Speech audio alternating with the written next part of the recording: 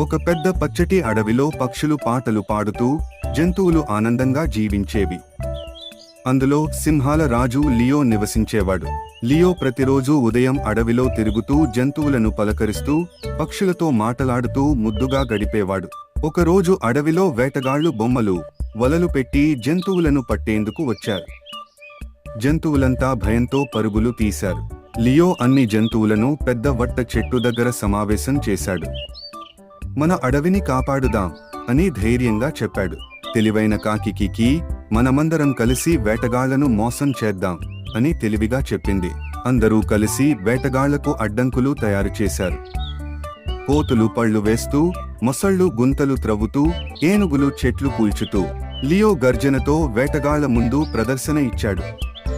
వేటగాళ్లు భయంతో వణికిపోయారు. వేటగాళ్లు నడుం వంకరగా పరుగులు తీయడంతో కోతులు నవ్వుకున్నాయి. లియో గర్వంగా నిలబడ్డాడు. అడవిలో జంతువులంతా సంబరంగా పాటలు పాడుతూ ఆనందంగా నృత్యాలు చేశారు. లియోకు పూల మాల వేసి సత్కరించారు. అడవి మరింత పచ్చగా, పూలు పరిమళంగా, జంతువులంతా సంతోషంగా జీవించసాగారు. మనమందరం కలిసుంటే శక్తివంతులం అన్నాడు లియో. ఒక చిన్న జింక వచ్చి, నన్ను, నా కుటుంబాన్ని కాపాడినందుకు ధన్యవాదాలు లియో అన్నా అని చెప్పింది. రాత్రి అందరూ మంట చుట్టూ కూర్చుని కథలు చెప్పుకుంటూ ఆకాశంలో నక్షత్రాలను చూస్తూ సంతోషంగా గడిపారు.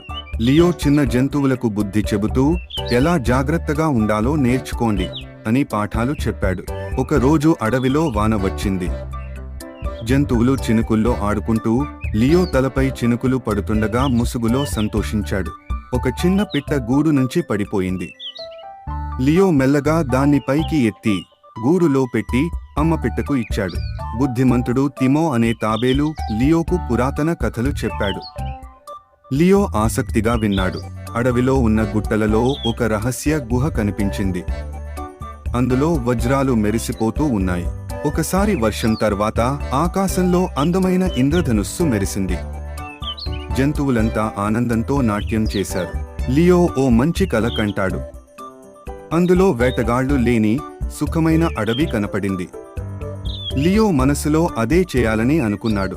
లియో ఎప్పటికీ తన అడవిని కాపాడుతూ జంతువులకు మంచి స్నేహితుడిగా, నాయకుడిగా నిలిచిపోయాడు. Please subscribe to our channel.